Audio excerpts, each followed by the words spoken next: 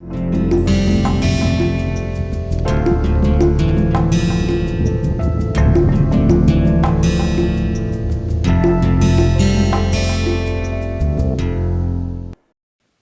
back to the fifth lecture of the third week, which is the last lecture of this week. So, let us have a little recap what we did in the last 4 lectures. So, this week we have completely devoted on the muscle, starting from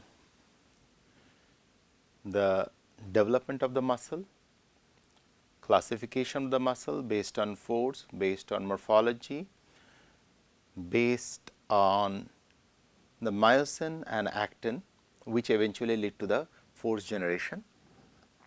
And we talked about the hierarchy of the muscle in terms of molecular to tissue organization, and then in the last class we talked about the molecular architecture of the muscle.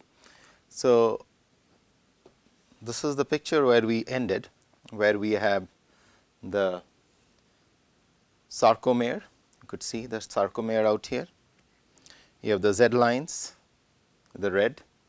You have the titin molecules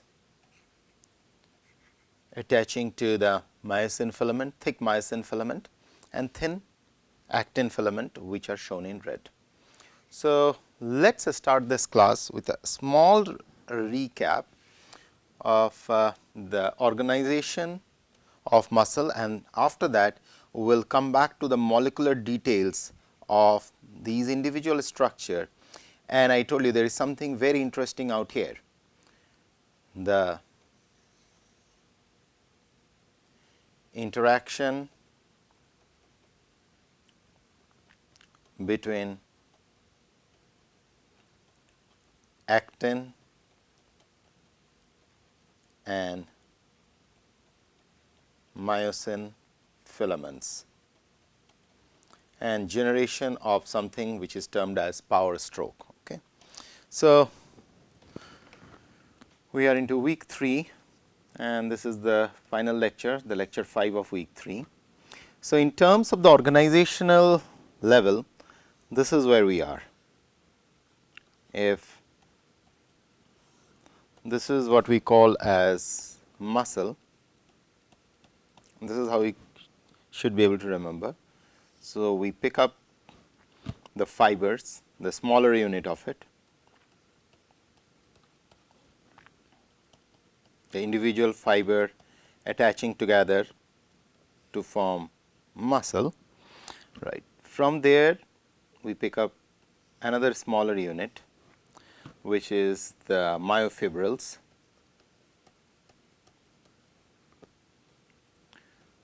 Myo meaning muscle and fibrils, myofibrils making fiber, fine.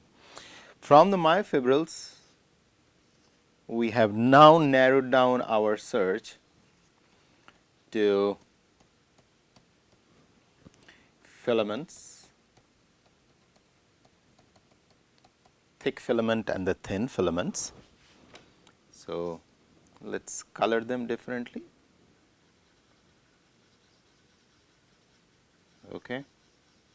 This is the red colored filament and you have these blue colored filaments.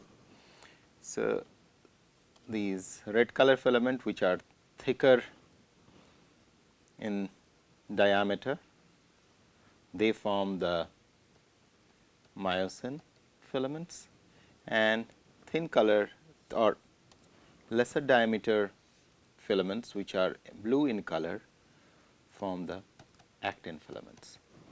So, if you look at this picture very carefully, you will realize the level of hierarchy what is being followed in nature, from self-assembly of some big molecules like actin and filaments, which are proteins essentially. They align in a very unique self-assembly to form what we call as filamentous assembly, what we call as myofibrils.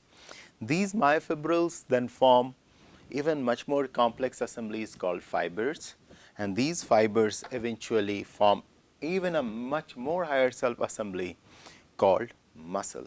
So, what is the central theme in this whole process? If you look at it, there is one word which explains this process, and that is self assembly. So, if you look at it, at every level in nature, there are certain unique rules of self assembly which is dictated to lead to the formation of such complex structure. Okay? And the future lies in understanding these kind of self assemblies, because these self assemblies or understanding these kind of self assemblies will one day make us to dream, or maybe will help us to achieve the dream of developing something called artificial organs, where we will be able to develop structures according to our needs and requirements in the laboratory. But in order to do so, or you can call it in vitro, outside the system self assembly. As a matter of fact, our very core of understanding our own self depend how into the minutest or the finest detail we understand the forces governing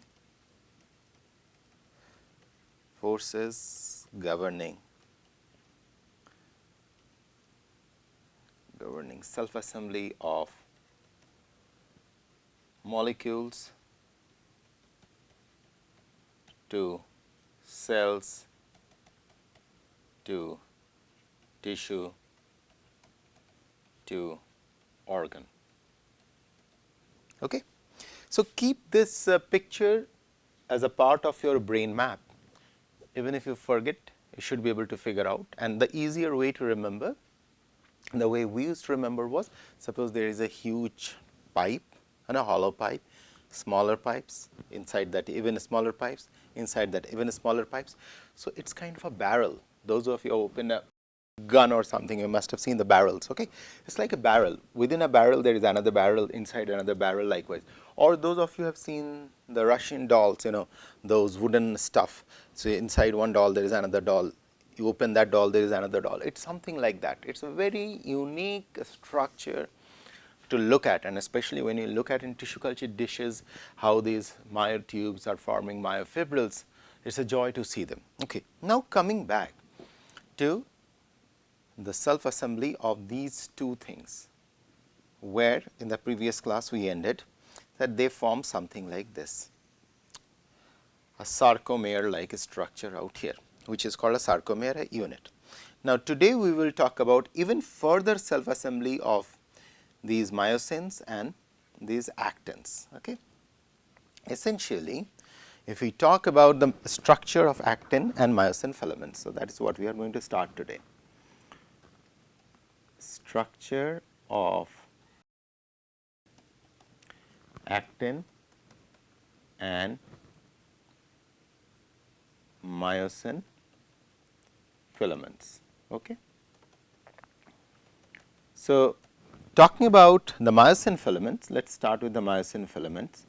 Myosin filaments are composed of numerous myosin molecules, okay, that are bundled together. So, there are multiple such molecules and they are bundled together like this, okay, like this, along with a globular protein head protruding out. So, that globular protein head is here. So, out here, this head is like this, which yesterday I just left it like this. So, the structure is more or less like this. So, if you look at this structure eventually forms something like this. This is that globular head. And so, the structure what I drew yesterday was something like this. Essentially, it has like this. I did not purposefully did not do that, it will be confusing. So, now I am just putting it together. And these are nothing but filamentous proteins. Okay. There are thick and thin segments which makes this structure. And each individual myosin molecule is made up of 2 heavy meromyosin chain. So, what you have? 2 heavy, this is called meromyosin, just a terminology, meromyosin chain plus 4 light meromyosin chain.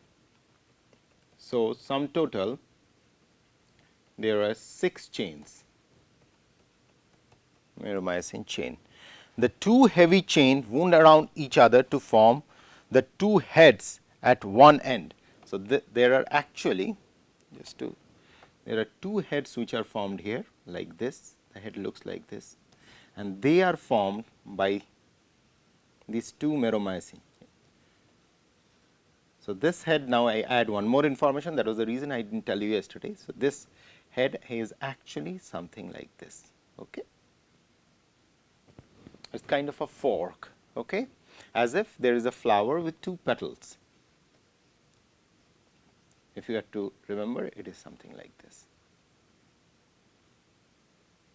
Okay. This is how it looks like. Whereas, the 2 heavy chains wound together to form the 2 heads one end and a tail at the other. So, this is where the tail is, where they are attached. Fine. Each myosin head also contains 2 of the 4 light chains that make up the part of a cross bridge. So, these are split up into 2. Okay. So, what essentially these are doing? So, each myosin head, this is 2 and this is 2, each myosin head also contains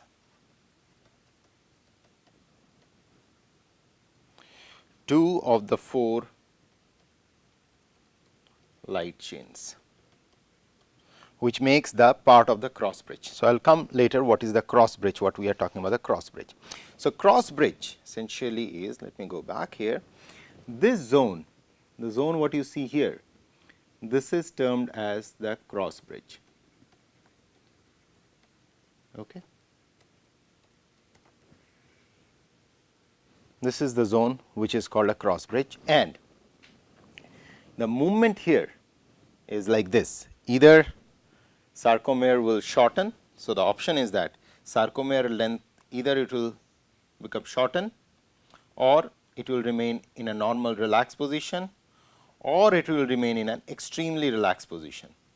So, if you follow this drawing, so when it gets shortened there is maximum amount of interaction, but then these red lines move here when it is getting shortened, right, because you are shortening it, though there will be more cross bridge area, accepted.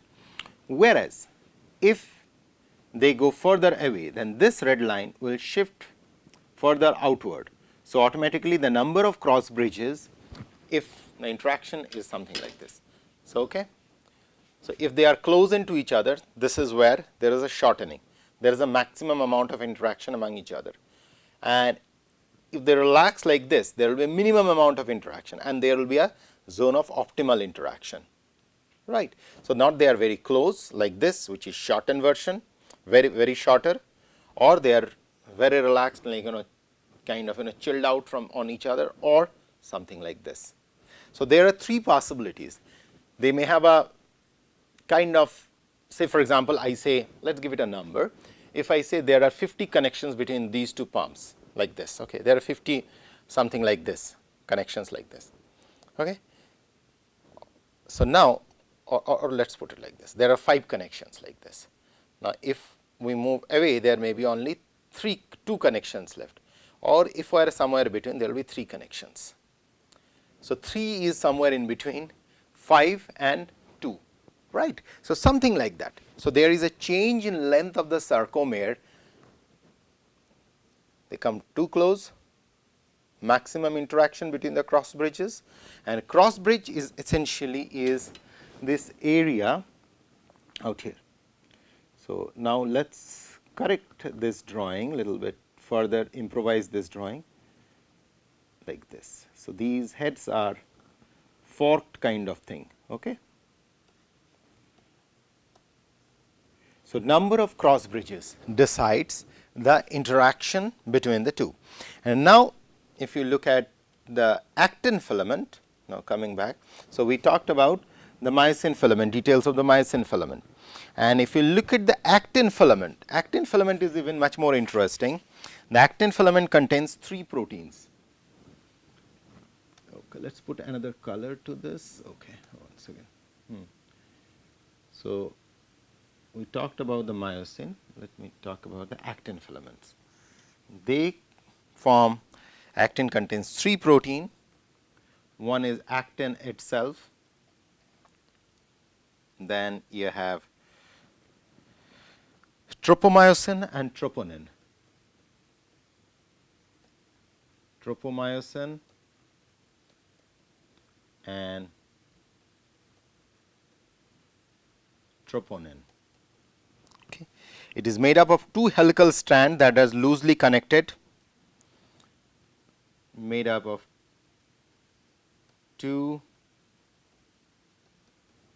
helical strands which are loosely connected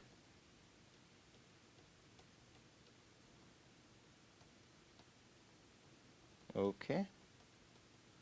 2 helical strands which are loosely connected. One strand composed of actin filament. On the other hand, the other strand consists of the tropomyosin. So, second strand is tropomyosin molecule.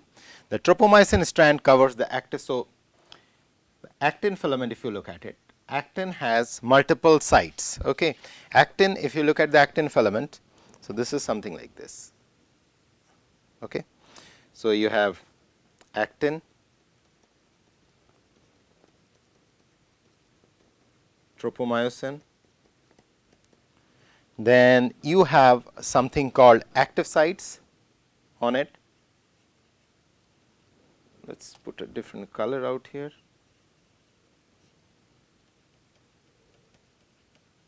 Active site, and then you have calcium binding site, which is,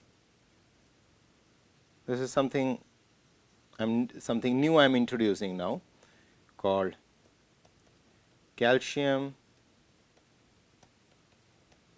binding site. So, I think at this stage you people need to know only 4 things. So, it has a actin filament, let us put a different color to this, which is in green, the actin filament, and then you have a tropomyosin filament, which is in blue, the tropomyosin, this one. Okay. And then you have an active site which is present out here. An active site is the site where it is interacting with the myosin filament. Okay. And then you have a calcium binding site, right. So, tropomyosin strand covers the active site under a normal condition. So, active site has certain binding pockets, okay. Those are covered by the tropomyosin molecule. It is something like it is like this. Okay. So, tropomyosin hides the active site. Okay.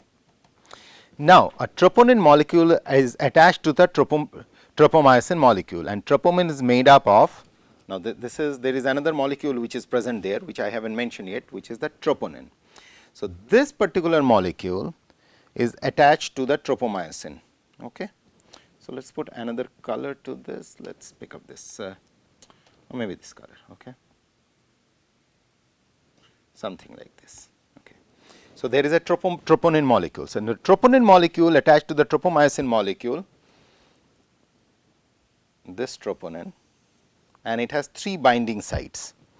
It has troponin A, which has affinity for actin, it binds to the actin.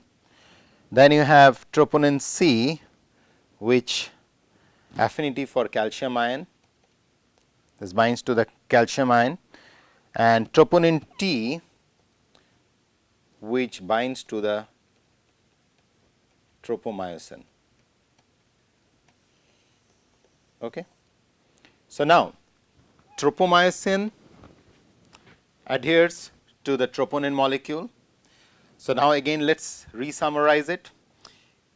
Actin filament made up of actin 1, tropomyosin 2, and another molecule called troponin, which is the third one.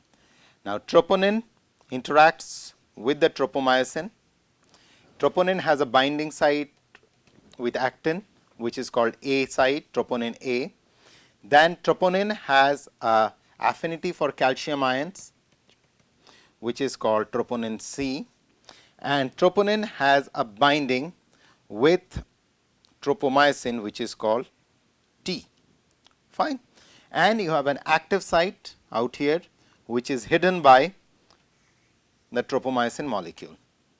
Okay. At rest, if you see, there are no chemical reaction between actin and myosin filament, and the molecules are stretched without much resistance. But in the presence of calcium ions, so I showed you a calcium site, right? But now, suppose in this matrix, now let's get. Now, if you are introducing calcium, we'll talk later from where calcium is coming. This is another very fundamental problem. We'll come to that. Now, when you are introducing calcium ions, so say for example, this milieu is now filled with calcium. Okay. Under that situation, what will happen? Actin and myosin bind strongly to one another. It is believed that binding of calcium ion to troponin physically moves the troponin tropomyosin complex, so that the active site on the actin filaments are exposed. Okay, what does that mean? Let me put it together. Okay, one second. Okay. So, say for example, at rest, let us break down. Talked about at rest, no chemical interaction between actin and myosin filament. All right. So, the muscle can be stretched without any resistance. So, muscle can be stretched. So, we are making statements now. Okay. S1, statement 1 can be stretched without WO, without resistance. Statement 1.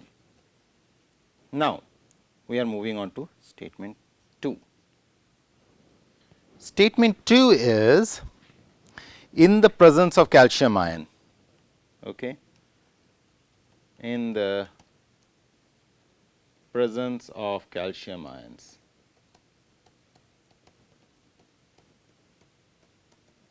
Okay. Now, calcium is introduced into the system. The actin and myosin bind strongly to one another. Actin and myosin binding happens. We will come later about all these bindings and the generation of the power stroke and all that stuff. Okay. Actin and myosin strongly bind to one another, and it is believed that the binding of calcium ion to troponin. So, coming back here, so the binding of calcium ion, I told you that troponin has a binding site for calcium. So, as soon as the calcium binds to the troponin, it exposes this active site. Okay. It exposed this active site, and by exposing the active site, just try to understand it first of all. Okay. So, this is the myosin head. all right. So, if this is the myosin and this is the myosin head which is present there, okay, something like this. On top of that you have the actin filaments. So, my right hand, this hand with this kind of, this is the actin, and here you have the myosin head underneath. This is, so this is the myosin head, follow me, okay. This is the actin, fair enough. Now, under normal condition there is no interaction, so they are not touching each other, and I told you on this actin you have tropomyosin filaments, troponin filament, and an active site which is hidden by the tropomyosin, and you have this troponin molecule which can bind to calcium. Now, this is the normal interaction. At this stage you can stretch the muscle as much as you can because there is nothing to hold on to this, fair enough. Now, as soon as calcium comes into play, suppose it is raining, imagine the rains are the calcium. As soon as it rains, what will happen? The troponin will bind to the calcium and will remove or expose the active site on this actin molecule, and as soon as that active site is exposed, the myosin head binds to that exposed site. Now see, now this is the stage, stage 1, stage 2, like this is a bind, and after binding there is a reaction which takes place whereby there is an energy release which leads to the bending of this head like this, and during that head it moves this actin filament like this, it something like this. Does it make sense? Let me draw it for you because this is a fundamental concept you have to understand. So, you have this is your actin filament without any interaction, and this is your myosin head. There is no interaction, right. Now, stage 2, when there is an calcium ion coming. As soon as the calcium ion comes, on these actin filament there are sites which are supposed to bind to this is actin, okay, which are supposed to bind to the myosin filament. So, now this myosin head, this is myosin, binds to this active site. So, this is the zone of active site. If you remember in this picture here I told you the cross bridge. So, this is that zone where the cross bridge I am talking about. So, here the cross bridge, the binding takes place. So, some form of, let us put another color here.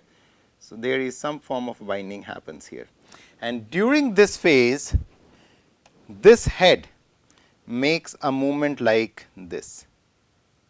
The head, look at my hand. So, head moves like this, myosin head moves like this.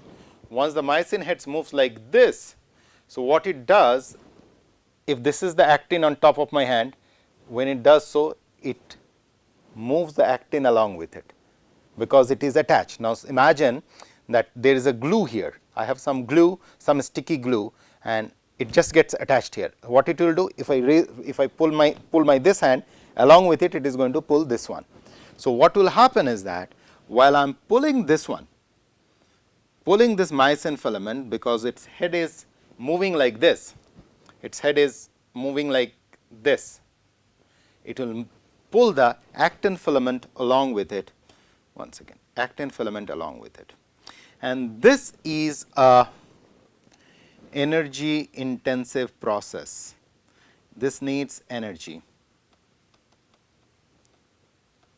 okay, and this process is called the term is power stroke, and this is that first step of force generation. But then when I introduce force generation, I have left with you with lot of confusions from where this molecule came, right, from where calcium came. I have not told you from where calcium is coming, but this leads to something called a sliding. of actin and myosin on top of each other, and this is what I explained or what I started in the last class called sliding filament theory of muscle. What we will do from here, it is just the beginning of understanding these forces when they have a direct link to the nervous system. There will be a spillover now. Next week, from this power stroke, we will figure out the force generation curve of the muscle. Though I was supposed to finish in this week, but do not worry. Let's understand the basic concept once and for all. Once you understand this, I know rest of your life you will never have any confusion. You will build up the story. Okay. So next week, what we will do, we will talk about how this individual power stroke. Now think of it for a minute while I drew this. So at individual level, there are power strokes which are getting generated. Think of it, how beautiful it is. So there is a huge power stroke happening here, and that gets translated into here. There is a huge amount of force here, and eventually this whole thing moves with the force. And let's all start with molecular machines. And these are the real molecular machines, but there is a small, some nanonewton something force is generated there. But that eventually leads to what you see today, exercise, everything, what all we do. But it starts at the atomic resolution level. So I'll close in here today, and next week we will again take up from where we ended here, the power stroke. From power stroke, we'll resume the story of muscle, and which will take us to the domain of neuroscience, which will help us to explain from where these calcium ions are coming. Okay.